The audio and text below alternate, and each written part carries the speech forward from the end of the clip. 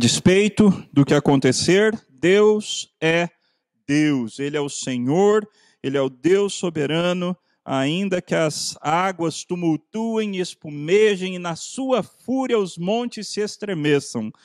Ele é a fortaleza do nosso coração. Deus é o Deus Todo-Poderoso e o único Deus que existe. Nós vamos agora abrir as nossas Bíblias no Salmo 91, texto que será o texto de nossa meditação na palavra de Deus nessa manhã. Salmo de número 91. Assim diz a palavra do nosso Deus. O que habita no esconderijo do Altíssimo e descansa à sombra do Onipotente, diz ao Senhor, meu refúgio e meu baluarte, Deus meu em quem confio. Pois ele te livrará do laço do passarinheiro e da peste perniciosa. Cobrir-te-á com as suas penas, e sob suas asas estarás seguro. A sua verdade é pavês e escudo. Não te assustarás do terror noturno, nem da seta que voa de dia, nem da peste que se propaga nas trevas, nem da mortandade que assola ao meio-dia. Caiam 1.000 ao teu lado, e 10.000 à tua direita, tu não serás atingido. Somente com os teus olhos contemplarás, e verás o castigo dos ímpios, pois disseste, o Senhor é o meu refúgio, fizeste do Altíssimo a tua morada, nenhum mal te sucederá, praga nenhuma chegará à tua tenda, porque aos seus anjos dará ordens a teu respeito para que te guardem em todos os teus caminhos. Eles te sustentarão nas suas mãos, para não tropeçares na alguma pedra. Pisarás o leão e a áspide, calcarás aos pés o leãozinho e a serpente. Porque a mim se apegou com amor, eu o livrarei. Poloei a salvo, porque conhece o meu nome. Ele me invocará e eu lhe responderei. Na sua angústia eu estarei com ele. Livrá-lo-ei e o glorificarei.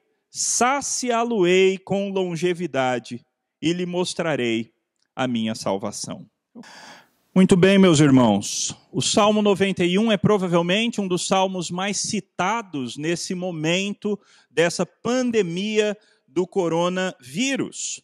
Porque algumas pessoas interpretam o Salmo 91 como se o Salmo 91 fosse uma garantia para o cristão de que nenhum mal lhe acometerá, de que nada ruim ou nada que este cristão interprete como ruim acontecerá com ele. A questão, no entanto, será que essa é a melhor interpretação do Salmo 91?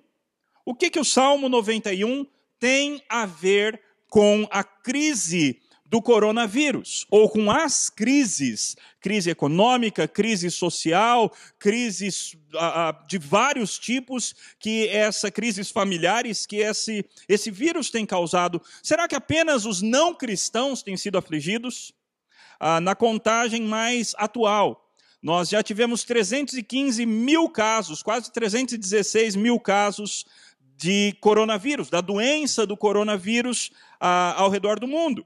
Destes, 13 mil resultaram em morte. E atualmente existem 10 mil e tantas pessoas em estado crítico, em estado grave ou estado crítico ao redor do mundo. Somente ontem na Itália nós tivemos em torno de 800 mortes, embora existam contagens diferentes com relação a isso. Somente ontem 800 mortes em apenas um país. Será que no meio dessas 800 pessoas não tinha nenhum crente fiel?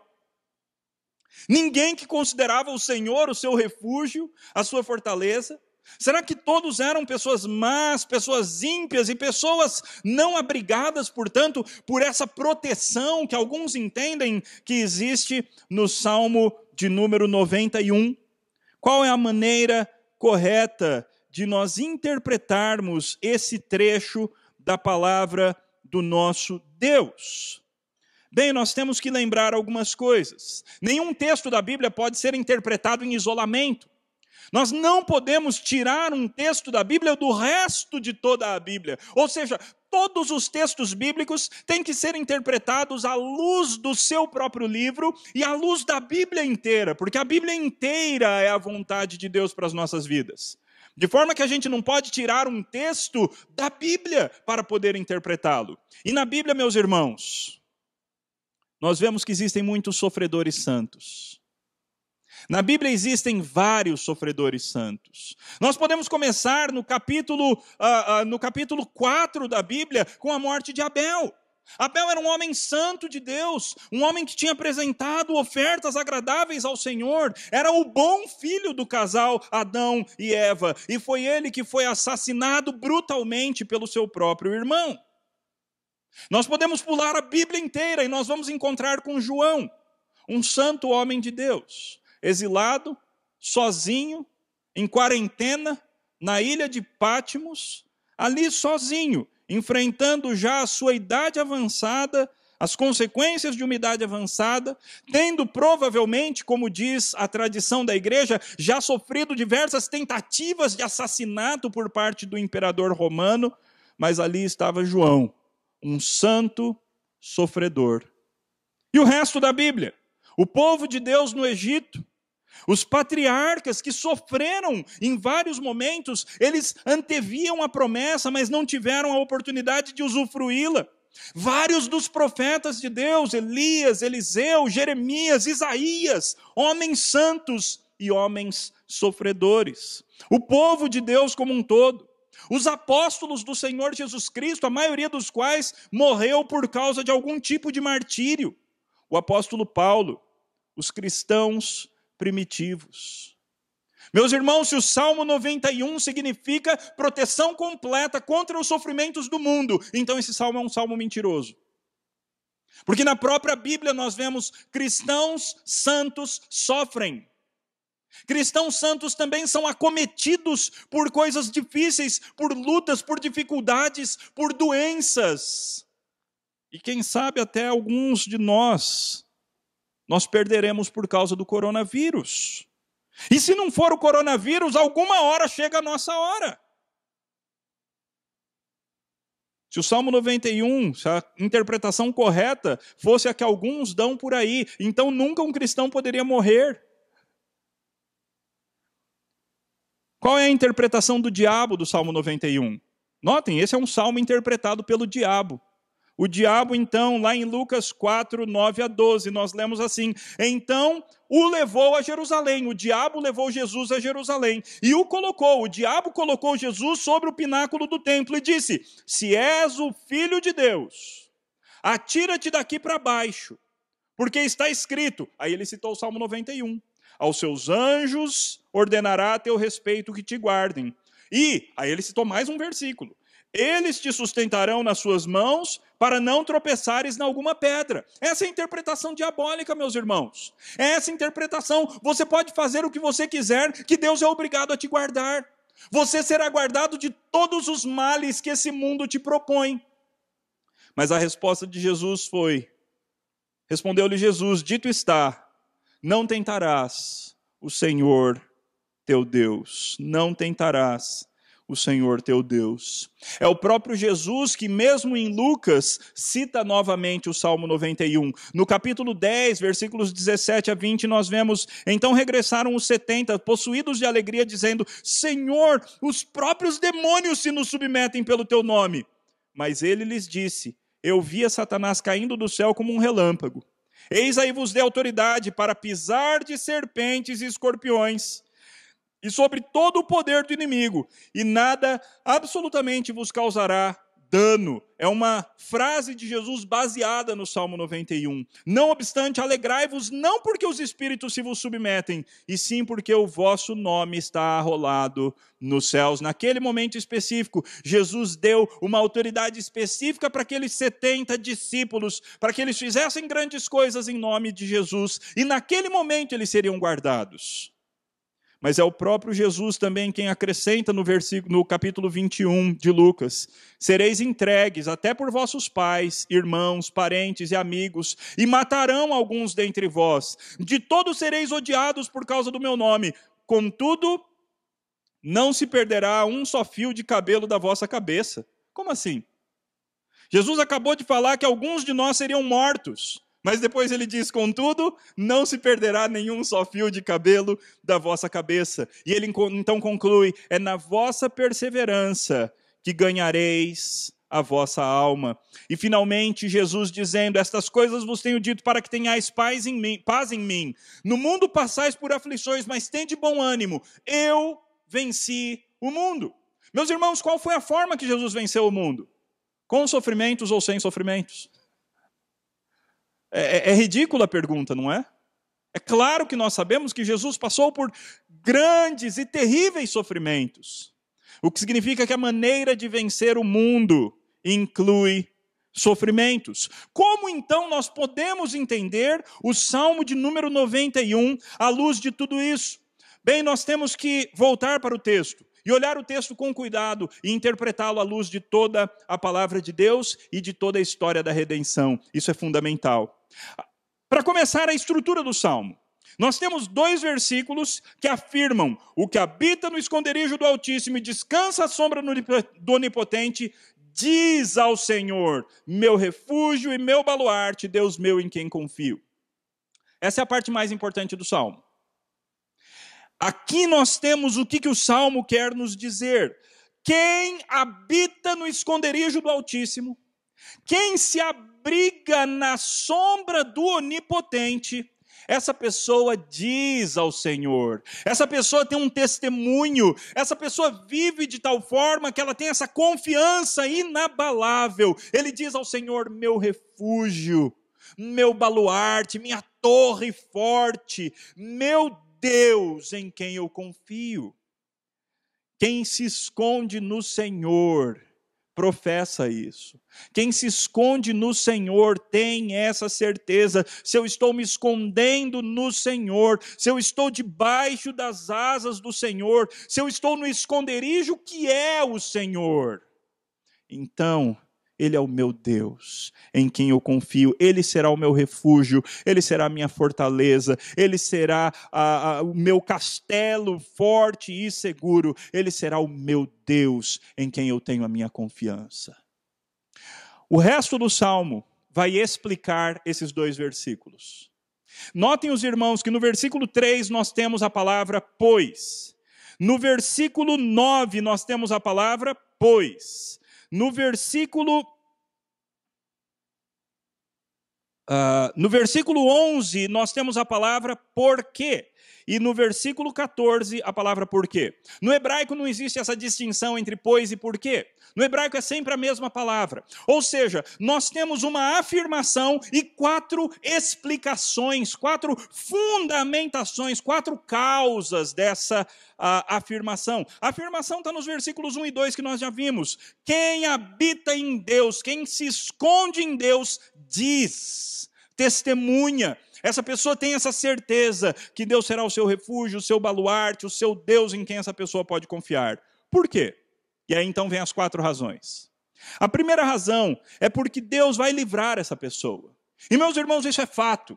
Deus vai livrar essa pessoa. Qual é a maneira que o Salmo apresenta essa realidade? Apresenta dos versículos 3 até o 8, dizendo assim: pois Ele, ou seja, Deus, te livrará. É interessante essa mudança, né? O Salmo tinha falado na terceira pessoa, aquele que habita, o que habita. Mas a partir do versículo 3 ele começa a falar com você. Ele começa a falar em segunda pessoa. Pois ele te livrará do laço do passarinheiro. Ou seja, aquelas armadilhas que se faziam antigamente para pegar um passarinho pelo pé. Ele te livrará da peste perniciosa. Ou seja, todo tipo de mal, todo tipo de vírus, todo tipo de peste, Deus vai livrar aquele que se abriga nele. Ele vai te cobrir com as suas penas, e sob as asas de Deus você estará seguro. É linda essa imagem. Calvino comenta aqui que é maravilhoso o fato de que Deus se humilha nessa metáfora, ao ponto de se comparar a uma galinha que coloca suas asas sobre os seus pintinhos para protegê-los. Dizem alguns que já aconteceu de uma galinha estar dentro de um ambiente fechado, esse ambiente pegar fogo, e de repente, depois que o fogo passa, as pessoas vão lá dentro, encontram a galinha, e debaixo das suas asas encontram os pintinhos vivos. Deus se compara com uma ave que protege os seus filhotes debaixo das suas asas. É assim que Deus faz com aquele que habita no esconderijo do Altíssimo. E se é assim, meus irmãos, então nós não temos motivo para ter medo. Vejam o versículo 5. Não te assustarás do terror noturno, nem da seta que voa de dia, nem da peste que se propaga nas trevas, nem da mortandade que assola ao meio-dia.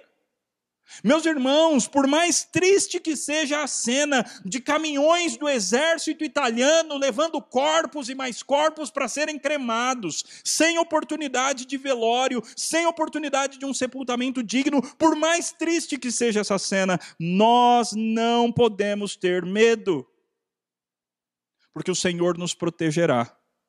Não necessariamente nos protegerá para que nós não sejamos um dos corpos sendo levados para o crematório público, mas Ele nos protegerá no meio dessa situação.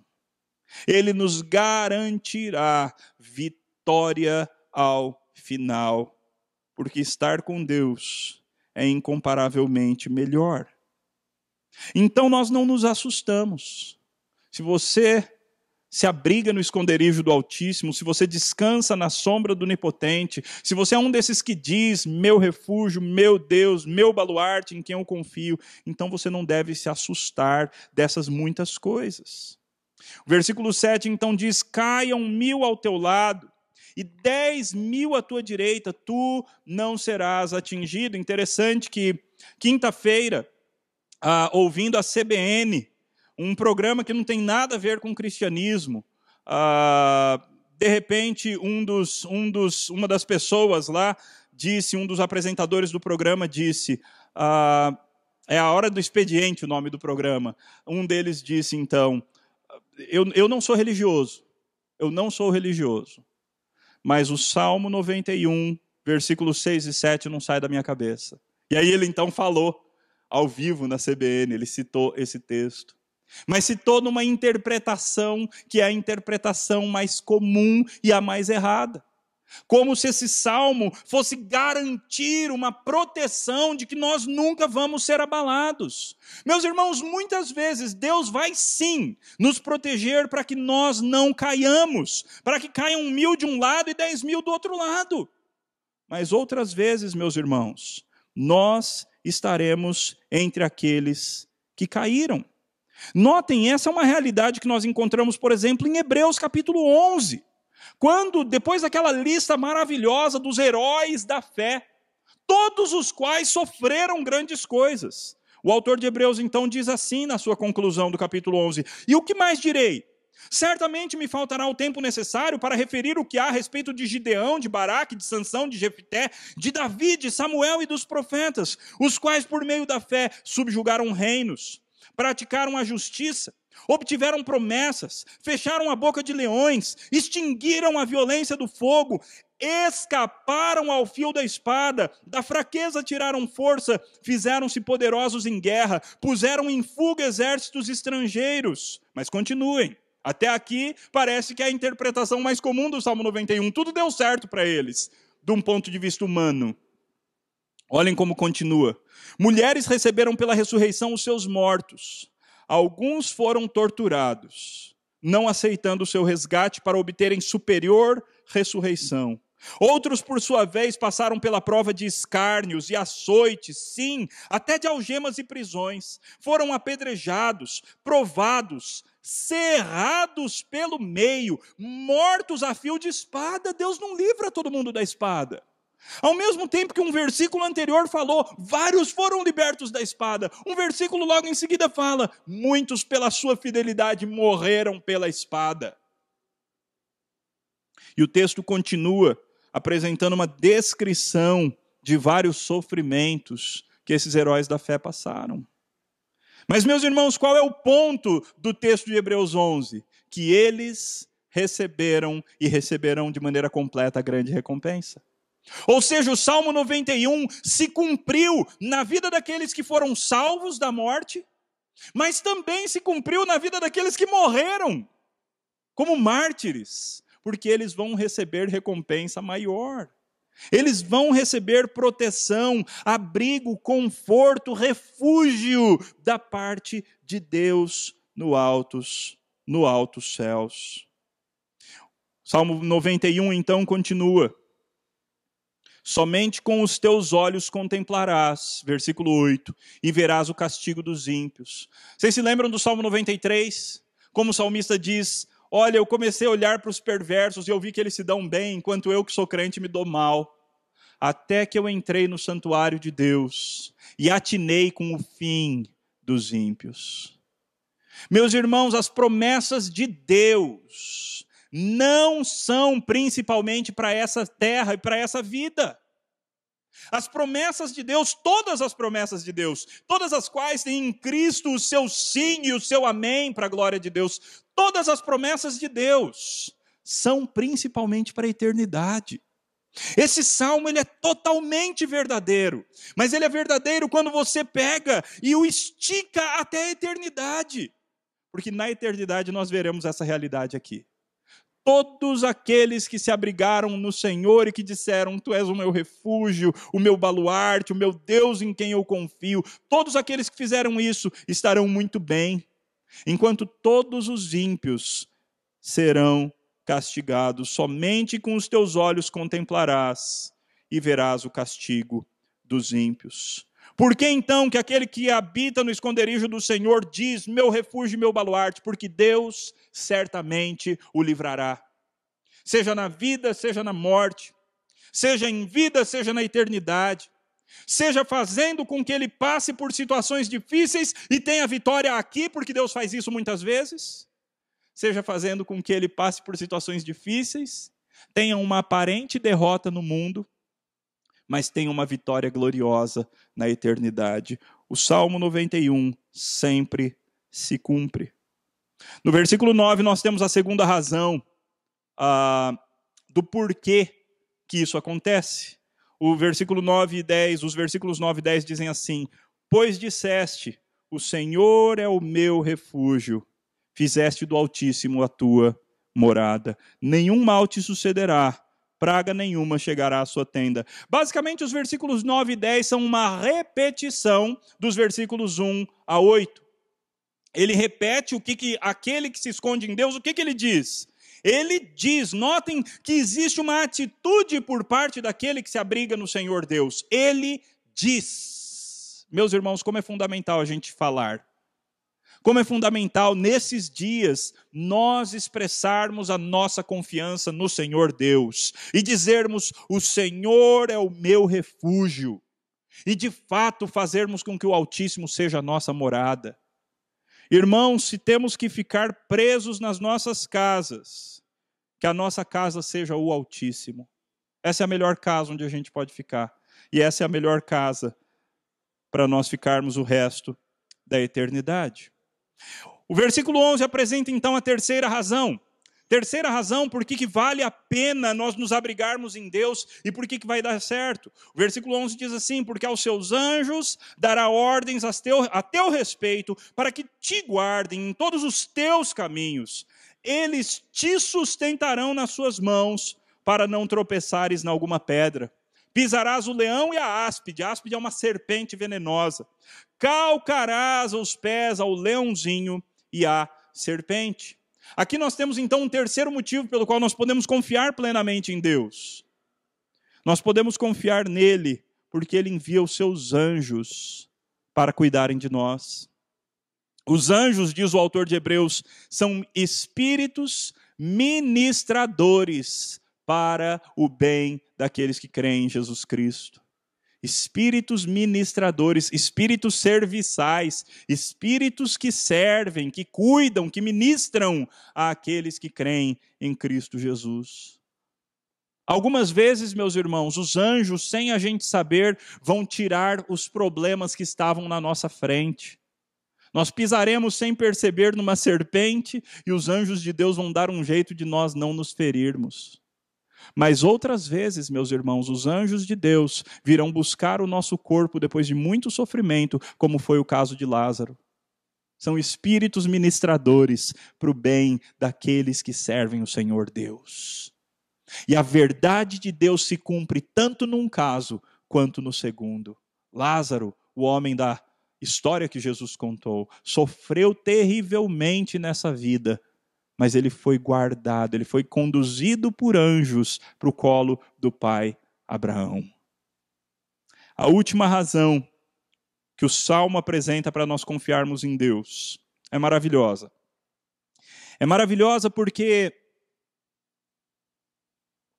existe uma mudança de quem está falando no Salmo. Até o versículo 13 era um salmista que estava escrevendo para que nós aprendêssemos a respeito da confiança que devemos ter no Senhor Deus e que vale a pena dar certo confiarmos em Deus. Mas nos versículos 14 a 16, o salmista para de falar e quem entra na sala e começa a conversar é o próprio Deus. O salmista recebe uma revelação direta e especial da parte de Deus e ele começa a transcrever o que Deus estava dizendo em primeira pessoa. Então notem, Deus diz assim, para você, nessa manhã, nessa fase, Deus diz assim, porque a mim se apegou com amor. Já que você me fez o teu refúgio, a tua fortaleza, já que você se escondeu debaixo das minhas asas, você se escondeu debaixo da sombra do Onipotente, porque a mim você se apegou com amor, eu o livrarei. Pô-lo-ei a salvo, eu vou te colocar a salvo, porque conhece o meu nome. Ele me invocará, essa pessoa me invocará. E eu, diz o Senhor Deus, eu lhe responderei, e na sua angústia eu estarei com ele. Aqui, meus irmãos, fica claro, não é? Deus não está dizendo que nós não teremos angústia. Deus não está nos prometendo, não, você não vai ter angústia nenhuma. Não é isso. O que Deus está prometendo é que ele estará junto conosco. Na sua angústia, eu estarei com ele. No leito de enfermidade, na hora que alguém, crente, fiel, talvez tiver que morrer sozinho, sem ninguém da família por perto, eu estarei com ele, é o que diz o Senhor Deus. Ele me invocará, eu lhe responderei, na sua angústia eu estarei com ele, livrá-lo-ei e o glorificarei, saciá-lo-ei com longevidade e lhe mostrarei a minha salvação. Meus irmãos, a grande promessa que nós temos nesse salmo é que Deus vai nos livrar e vai nos glorificar. A grande promessa é a glória, meus irmãos. Essa é a grande promessa. A grande promessa é que seja durante a nossa vida, nas diversas vezes que Deus nos livra. Porque sim, meus irmãos, muitas vezes nós oramos ao Senhor Deus e Deus nos livra. Deus nos cura, Deus tira um acidente pelo qual nós poderíamos passar, na última hora Deus nos livra, Deus nos ajuda no meio de uma doença terrível, Deus nos ajuda no meio de uma crise terrível, muitas vezes Deus nos ampara e nos ajuda e nos cuida e nos livra nesta vida. Outras vezes, meus irmãos, para a glória dele, ele nos permitirá passarmos por grandes aflições. Mas ao final, nós seremos libertos. No final, nós poderemos ter a certeza de que o Senhor esteve conosco o tempo todo. Eu dei um testemunho de uma mulher que falou que quando o marido dela a abandonou, ela continuou o hábito de ler o Salmo 91 toda noite para sua filha. Mas que naquela fase ela lia, mas no fundo ela ficava se questionando. Isso daqui não é verdade. Mas ela lia toda noite para sua filha. Anos depois, já num novo casamento, já com a vida restaurada, ela leu o Salmo 91 e toda aquela tristeza voltou. De que o Senhor falhou com ela na hora que ela mais precisou. E ela então passou por um processo de conversa com Deus. Ela passou por um processo de processar, ela processou, melhor dizendo, tudo aquilo, toda aquela experiência. E a conclusão foi que, sim, Deus esteve presente. Sim, Deus foi fiel no meio de tudo aquilo.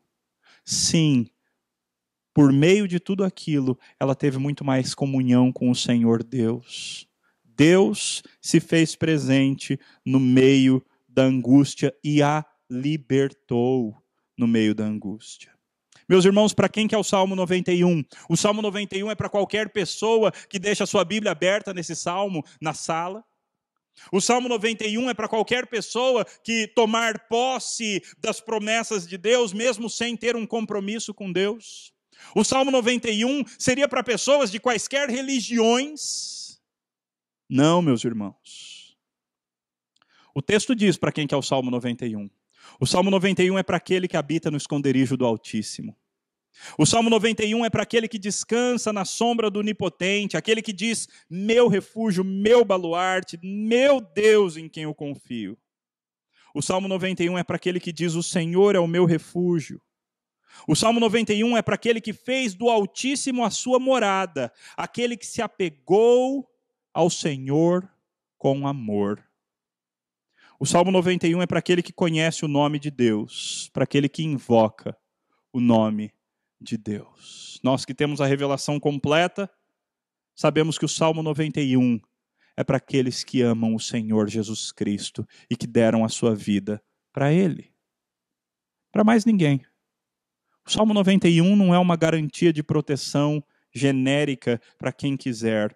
O Salmo 91 é para aqueles que amam Jesus Cristo. Mais do que tudo, aqueles que se abrigam em Jesus Cristo. É para esses que é o Salmo 91. O Salmo 91 é para Paulo. Já no final da sua vida, depois de ter sofrido terríveis coisas, foi fustigado com varas, foi fustigado com chicotes, foi apedrejado, sofreu várias coisas, tentativas de morte, passar fome, sofreu terríveis coisas. Mas no finalzinho da sua vida, preso, esperando para ser martirizado por Nero, na sua última carta, Paulo escreveu assim, já agora, a coroa da justiça me está guardada, a qual o Senhor, o reto juiz, me dará naquele dia. E não somente a mim, mas também a todos quantos amam a sua vinda. É assim que o Salmo 91 se cumpre. O Salmo 91 se cumpre nas vezes que Deus nos livra durante essa vida. E o Salmo 91 se cumpre quando nós estamos no corredor da morte, esperando para sermos mortos pelo nome de Cristo Jesus. O Salmo 91 sempre se cumpre. Spurgeon, comentando o Salmo 91, disse assim, e assim nós concluímos.